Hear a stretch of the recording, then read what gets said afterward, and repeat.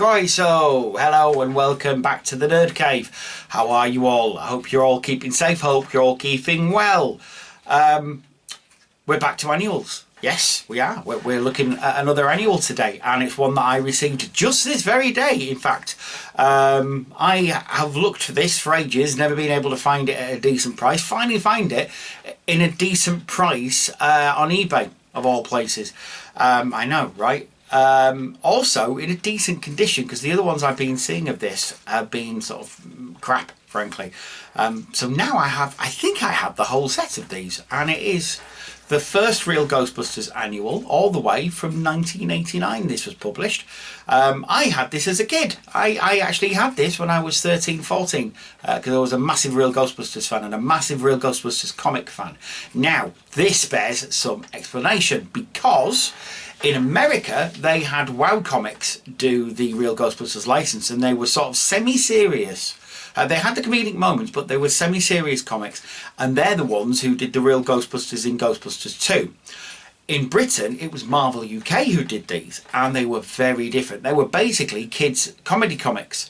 Never really that serious, usually quite short in nature, like sort of 4 or 5 different sort of short comic strips going on at any one time. There was no overarching stories, there was no part 1s, part 2s, part 3s, or very rarely. They were just short strips, sometimes a story. You had things like Spengler's Spirit Guide, all these kind of different features, featuring what would be sort of big noises in the industry later on down the line. So this is where Dan Amnett got his first start, or one of his first starts, for instance, and obviously people who worked on Transformers comics, and like John Freeman and people like that. So there are a lot of people who got their starts in this sort of comic. But yeah, it's a really, really good annual, and I will show you why I think it's a good annual right now. So here it is. It's the Real Ghostbusters annual for 1989/1990, published in 89. So technically it would be a 1990 annual, but the Marvel UK often did this where they said, oh, it's the 89 annual. It's a brilliant cover. I love this cover so much. I had this, not this particular version, so this particular one, but I did have this annual as a kid. So to have it back after a long time, after like sort of over 30 years, is quite amazing. It's quite lovely. But you've got all the Real Ghostbusters. You've got Ray, Peter, Egon, Winston, and you got Slimer up at the top. It's exactly the same on the other side, and it's got the usual typeface and the usual legend, as it were. Very nice, very, very nice. Opening it up, you got this lovely spread there of the boys busting loads of ghosts. Very evocative. Spent a lot of time in my childhood sort of looking at this and sort of wondering what was going on and where they were and what was happening, and yeah, lovely stuff. Really love it. And it costs £3.95 back in the day, so just under £4. Lovely stuff. About right for the time. So you open up as with the comic in the UK. So they have the HQ, or they call Noises in the Night. And it basically just welcoming you to the first ever fun packed annual featuring the Real Ghostbusters. It also tells you that the cover was by Anthony Williams and John Burns. The spread's by Andy Lanning, David Howard and John Burns. The editor was Richard Starkings, as he was with Transformers for a long time. And the designer was Steve Cook. It also says that, yeah, annual 1989, probably by Marvel. And it also gave you this little roll call that they used to do in the old comics as well, of Venkman and Spengler, etc. and so on. So you knew who they were. I mean, if you're buying the comic, you know who they are, but still, lovely. Like I say, really evocative of the time. And, oh, yes. Then we get a comic strip of this is Noises in the Night, basically, and this the advert that they did in the movie. Basically just filled out a little bit more, and it's all very meta because it turns out that Slimer is interrupting a commercial that they're filming. Yeah, they did this a lot, sort of use stuff that they'd used before in the movies or in the cartoon, and then gave it a twist and put it in the comic. Brilliant stuff, love it, can't fault it. And then you go with Sarah Sangster's Spectre, which is a bit like Mrs. Rogers' Neighbourhood, kind of. It's a bit of a play on that episode of the Real Ghostbusters. And like I say, they tended to do that in the comic. They would use old sort of references and redo them in new and interesting ways. The humour in these is very English. It's very British. They would use British idioms rather than American ones, which, again, you know, when you're a kid in Britain, it doesn't really make much difference. When you're an adult, sometimes it does come into stark relief, and you're thinking, yeah, why are they saying that? But there you go. Well, if I see one, I will certainly let you know. But yeah, you had your writers like Ian Rimmer, Dan Abnett would do it. Yes, Dan Abnett, who would then go on to do all the Black Library stuff. Got one of his major starts in the Real Ghostbusters magazines. And the artwork as well, really, really good in these. I always liked the artwork and the colouring and the ghosts, the different types of ghosts that you had. Amazing stuff. Turns out that Sarah Sangster herself is a ghost, and she's trying to get them to basically kill an old lady, is what she's trying to do. Bust her effectively, and get rid of her out the house that she's haunting. Weird. weird. British. Then you got what you always got in these annuals, these type of things. Tech story with the Ghostbusters Busted. I love that Ghostbusters Busted logo, the new logo. And this is basically kind of a play on Ghosts R Us, which is the first episode of the cartoon.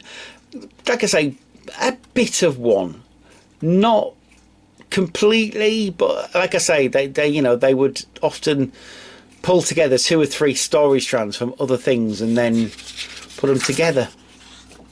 So this story is all about a talk show host who's trying to boost ratings, so decides that he's going to expose the Ghostbusters with his firm of Spectre ejectors, and he would put on a light show, a sound and light show, to have these charlatans appear and then prove the Ghostbusters wrong because they couldn't bust them. It turns out only the Spectre ejectors could. Only they piss a ghost off and it's real and he can't get rid of it. And yeah, it's a story old as time. Then we got something that I love that they did in annuals. They do little profiles, and these are obviously Peter Venkman. He's the mouth of the Ghostbusters. Blah blah blah blah. Yeah, love it. A really nice picture of Peter Venkman there. I always liked the fact, I know they did it because it was, you know, they wanted to differentiate the Ghostbusters from the beige boiler suits. I love the different coloured boiler suits, and I especially love Peter's. I don't know why, it just goes really, really well as that brown and green. I don't know why I like it so much, but I do. Plus, Venkman's my favourite, so there you go. Then you got a 2-part story. Story by Ian Rimmer. Phil Gascoigne, Dave Hine did the art there. Lettering by Gordon Robson and colouring by Stuart Place, I think it says. And it's the Spook from Outer Space, and it's basically kind of like Quatermass. It's like Quatermass and the Pit, a little bit. So the American military discover, excuse me, a flying saucer. It turns out there's a poltergeist in the flying saucer, and the Ghostbusters go to bust that ghost, and the military get involved and won't let them. And it's a little bit Doctor Who-y, and like I say, very, very much like Quatermass and the Pit. Turns out there is a massive alien spook, so aliens can have ghosts as well. Venkman very, very keen on busting an alien ghost, only it backfires, because of course it does, and it looks like he's going to get destroyed. And it's a 2-parter, because the second part is on page 34, which we'll get to. Next up, Egon has his own profile, because of course he does. Again, really good picture of Egon, and Egon would be the brains, it says. And then you got another tech story. Nick Abadzis, I think, Nick Abadzis and Steve White on writing duties. Art, Anthony Larkham, one of the quintessential artists of the Real Ghostbusters cartoon comic book in Britain. He did some of the best artwork, and Steve White did the colouring again.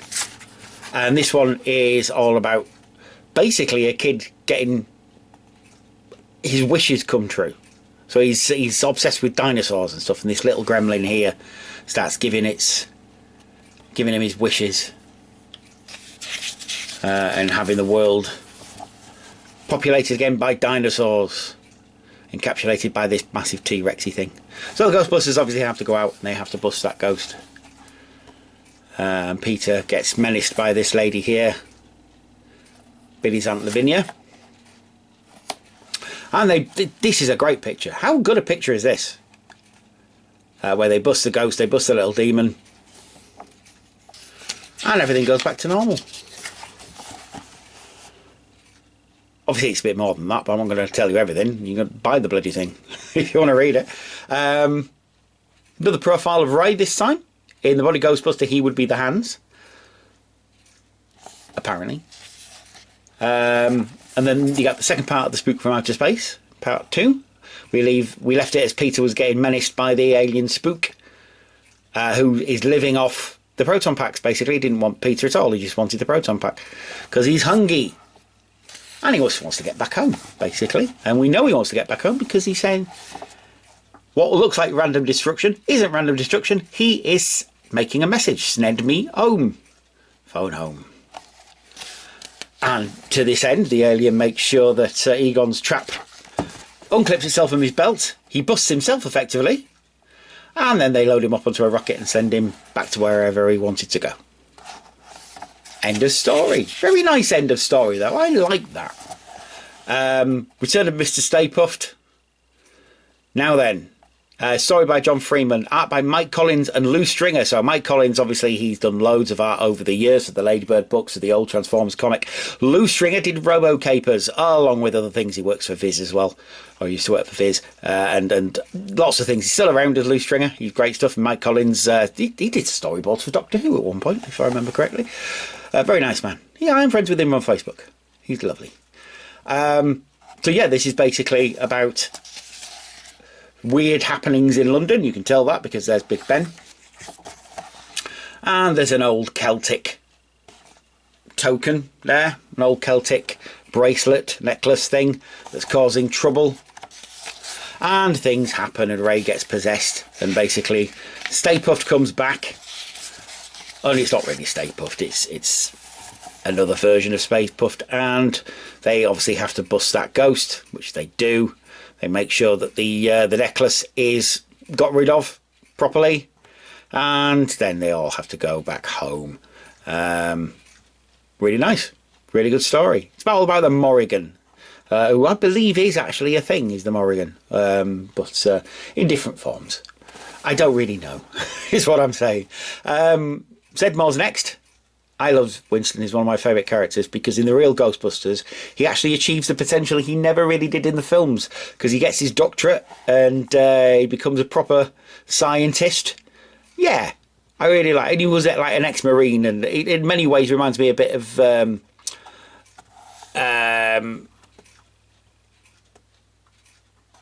the guy, the Green Lantern, whose name I've forgotten. Oh my God, John Stewart. John Stewart, there we go. Jeez, I'm 43 years old, ladies and gentlemen. It's begun.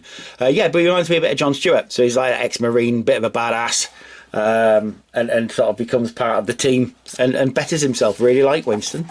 And finally, not to forget, because they often do, Janine. Apparently in the body she would be the central nervous system. What would Winston be? Never did check. I was too busy failing over John Stewart. He would be the heart of the Ghostbusters. Although in the film, obviously, that's Ray. But never mind. Quite a famous little strip now by, look, Dan Abnett. And it's the Dan Abnett. Office Bound. Basically, Egon's taking a bunch of flowers to Janine because he wants to say hello and I like you a lot. Something which Harold Ramis specifically banned them from doing in Ghostbusters 2. That's why she gets with Lewis, because Harold Ramis didn't like that storyline. He didn't feel that Egon would be that way inclined with Janine. I guess he's right. But anyway, Janine's being menaced by all kinds of ghosts who want to destroy the Ghostbusters and open the containment unit. And she basically blinds them with science and bureaucracy. And they decide it's not worth the trouble, not worth the hassle of filling things through in triplicate and being verified by the district office. And they all bugger off. Here we go. I love this. Americans, they would not say, we're off. Oh, we're off. They wouldn't say. But I don't know, I guess it could be Cockney ghosts. Never mind. And then you've got a fake news article or a fake public interest article. What, where, when and why. And it's a comedy thing. And it basically just gives you the Ghostbusters history. With Janine, and you've got the fire station there, Slimer, generic ghost. You see that one pop up a lot in things. It's the guy of Ghosts R Us, if I remember correctly. But there you go. And then weapons, gizmos and gadgets, which is very, very nice. I like things like that. And then Ecto 1, and again, generic ghost on the left there. You would see that a lot. And then Slimer. And Slimer would be the stomach. I do like the fact that he started off as just a genero ghost that they first busted and became this massive superstar who eventually kicked the Ghostbusters out of their own show, basically. J. Michael Straczynski was not happy. And then very finally, you've got John Freeman writing one last strip called Spooked Out. And, yeah, they're in a house, they're busting ghosts. And it turns out they fail. Why do they fail? Because Slimer runs into Peter. They don't do very well. It turns out it's a training session and the ghosts win. Because the ghosts win, they're friendly ghosts. So the Ghostbusters have to buy them dinner, which they do. And that's the end of that. And that is the end of the annual. Very good. Lots of stuff in there. I mean, it's packed. It's jam-packed of stuff, which you got in these old annuals. And when you look at the actual size of the book, there is a lot in there. And yeah, fantastic for under £4, even at the time. That was a good thing. So I really hope you enjoyed this. I enjoy looking through these. So I really hope you enjoy looking through them with me too. I will be back with another, I think it's a Masters of the Universe toy review very soon. So do please look out for that. Until then, please do take care of yourselves and each other. Wash your hands, remain indoors. Let's flatten this bloody curve and get rid of this bloody virus, because it's starting to piss everyone off now, I think. But more importantly, let's all sort of make sure everyone's okay, shall we? In the meantime, bye-bye for now. I'll see you soon.